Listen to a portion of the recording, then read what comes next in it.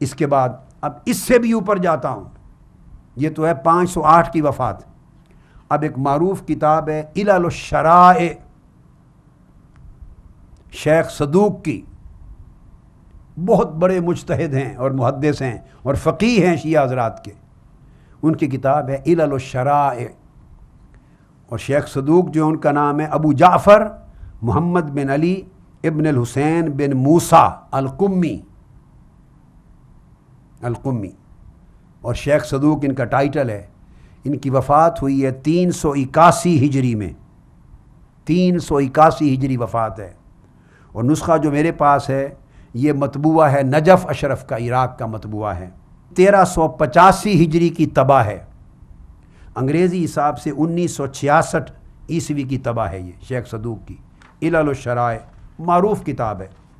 اس کا باب number 148، chapter 148، صفحہ 184، اس وہ بیان کرتے ہیں کہ سیدہ کائنات کے غسل کا بیان امیر المومنین نے کیا، وہ بیان آتا ہے۔ پھر اگلے صفحے 185 پر بیان آتا ہے کہ وہ کس وجہ سے سیدہ کائنات رات کو دفن کی گئیں، دن کو کیوں نہیں کی گئیں، یہ سارا بیان چلتا ہے۔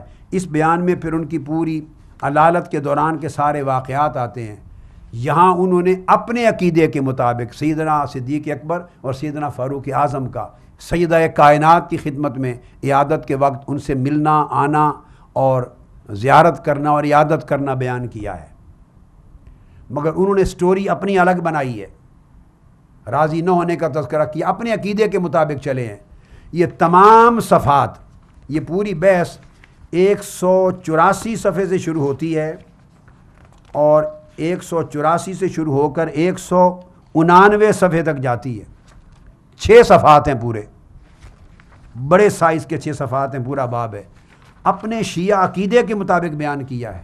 اور سارے تذکرے میں سیدنا فاروق اعظم کی طرف منسوب یا جھوٹی حکایت کا نہ ذکر ہے، نہ نام و نشان ہے، نہ اشارہ ہے، اور طویل مذاکرہ بیان کیا ہے سیدنا صدیق اکبر اور سیدنا فاروق اعظم کا سیدہ کائنات فاطمہ الزہرا سے، ان کی ناراضگی کو بیان کیا ہے، پورے صفحات بھر دی ہیں۔ مگر اس مذاکرے میں بھی اس حملے کا، واقعہ کا اور اس بہت بڑے فتنے کا انہوں نے ذکر تک اپنی زبان پہ نہیں لایا، نہ اس کا وجود ہوا ہے سارا۔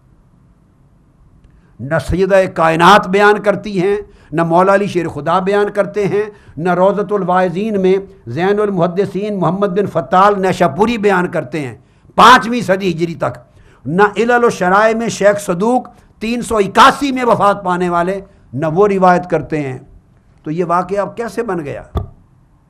یہ واقعہ بعد کے زمانے میں گھڑا گیا تبرہ کے لیے، خلفائے راشدین کو بدنام کرنے کے لیے اور ایک نظام بنانے کے لیے کہ اہل بیت اطہار کے خلاف ظلم ہوئے، مظالم ہوئے، اور صحابہ کرام کو بدنام کر کے پوری امت اور دین کو بالکل کاٹ کے ایک طرف رکھ دینے کے لیے یہ قصے گھڑے گئے۔ جھوٹے کاذب راویوں نے اباطیل اور موضوعات کو وضع کیا اور سندیں بنا کر جن کی حقیقت میں نے کھول کے رکھ دی وہ ان کی طرف منسوب کر دی۔ اتنی بڑی بڑی کتابیں ان کی وفات اور ان کے مرض کے تذکرے میں اس واقعے کا ذکر نہیں کرتی، سارا مضمون اپنے عقیدے کے مطابق لکھتے ہیں، اس واقعے کا کہیں وجود نہیں ہے۔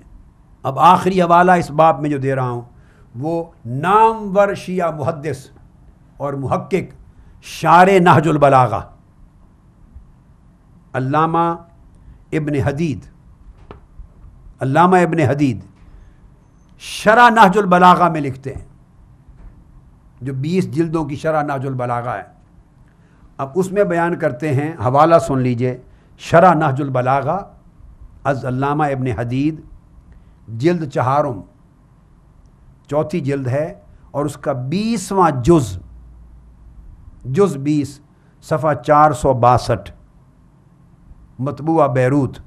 یہ ریفرنس آپ نے نوٹ کر لیا۔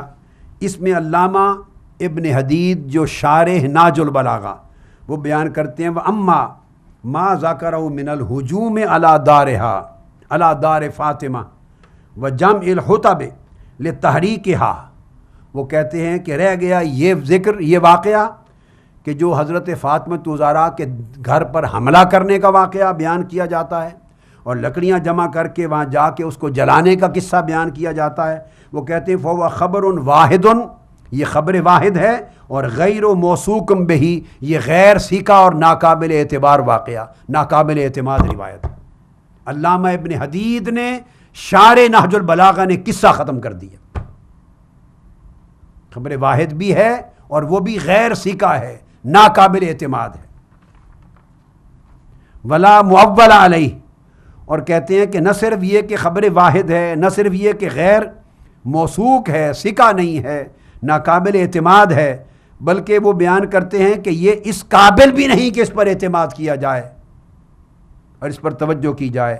فی حق الصحابہ، اب آگے دیکھیں، صحابہ کرام کے حق میں ایسے واقعے کی توقع کرنا، کہتے ہیں یہ قابل اعتماد بات نہیں ہے، قابل توجہ بات نہیں ہے. صحابہ کرام تو درکنار، وہ کہتے ہیں ولا فی حق احد المسلمین ممن ظہرت عدالتہ، عام کسی مسلمان سے بھی یہ توقع نہیں کر سکتے جس کے اندر کچھ تھوڑی سی عدالت ہو کہ وہ سیدہ کائنات کے ساتھ ایسا ظلم کرے گی، چہ جائے کہ صحابہ کرام کی نسبت یہ خیال کرنا. اب علامہ ابن حدید نے یہ کہہ کر اس پورے واقعے کو رد کر دیا ہے. اب یہ دیکھیے اس کے بعد کیا بچ جاتا ہے. شیخ صدوق اس واقعے کو رد کر چکے، آپ کی سیدہ کائنات کی وفات کے 6 صفحات کے تذکرے میں علالت سے لے کر وفات تک اس کو بیان نہیں کرتے، مذاکرے میں بیان نہیں کرتے. اور شیخ ان کے جو محمد بن الفتال نیشہ پوری روضۃ الواعظین میں بیان نہیں کرتے.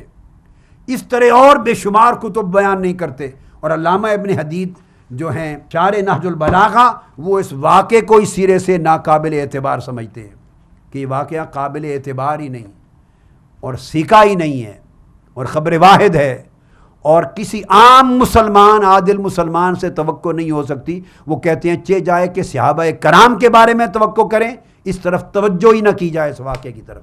یہ ابن حدید کی بات. تو یہ ساری حقیقت ہو گئی اس قصے کی جو کھل کے ختم ہو گئی. اب اگلی نشست جو آخری ہے سلسلہ وار گفتگو کی، اس میں انشاءاللہ ہم 2 چیزیں لیں گے. ایک صحابہ کرام اور اہل بیت اطہار کے تعلقات کیا تھے. اگر یہ من گھڑت کسی درست ہوتے، سیدنا علی شیر خدا کو گھسیٹا گیا ہوتا معاذ اللہ اور تلواروں کے سائے میں بیعت ہوئی ہوتی، یا خلافت ان سے چھینی گئی ہوتی اور وہ دل سے ناپسند کرتے، اور معاذ اللہ سیدہ کائنات پر ظلم ہوئے ہوتے، اس طرح کے بے حرمتی ہوئی ہوتی، یا ان کی جائیداد اور وراثت چھینی گئی ہوتی، اس طرح کے جتنے کچھ افسانے گھڑے گئے، اگر خدا نہ خواستہ اگر یہ صحیح ہوتے تو پھر اہل بیت اطہار کے اماموں تک، 11 امام تک، ان کے اہل بیت کے تعلقات صحابہ کرام کے بارے میں اور ان کے خیالات صحابہ کرام کے بارے میں کیا ہونے چاہیے تھے. اگر یہ واقعات صحیح تھے تو ائمہ اطہار اہل بیت کا عقیدہ، خیال، تصور ان کے بارے میں کیسا ہونا چاہیے تھا، ایک سوال ہے. اور کتابوں سے پوچھیں گے، کل شیعہ کتب سے، کہ حقیقت میں ائمہ اطہار اہل بیت کے تعلقات و خیالات کیا تھے صحابہ کرام اور خلفائے راشدین کے بارے میں، تاکہ سننے والے فیصلہ کر سکیں. اس کو لیں گے. اور کچھ ایک خطبہ شکیہ ہے نہج البلاغہ میں، جس کو پوری بنیاد بنایا گیا ہے خلافت علی کے غصب کرنے کی، کچھ اس کی حقیقت پہ روشنی ڈالوں گا. اور ایک خطبہ فدق گھڑا گیا ہے سیدہ کائنات فاطمہ الزہرا کے نام سے، کہ جو جب فدق لینے کے لیے گئیں تو صدیق اکبر کے سامنے ایک طویل خطبہ آپ نے ارشاد فرمایا. تو اس قسم کے 3 چیزیں ہیں. اب دعا کریں کہ تینوں موضوع ایک نشست میں مکمل ہو جائیں اختصار سے. اگلی نشست میں ملتے ہیں دوبارہ. وما علینا الا البلاغ.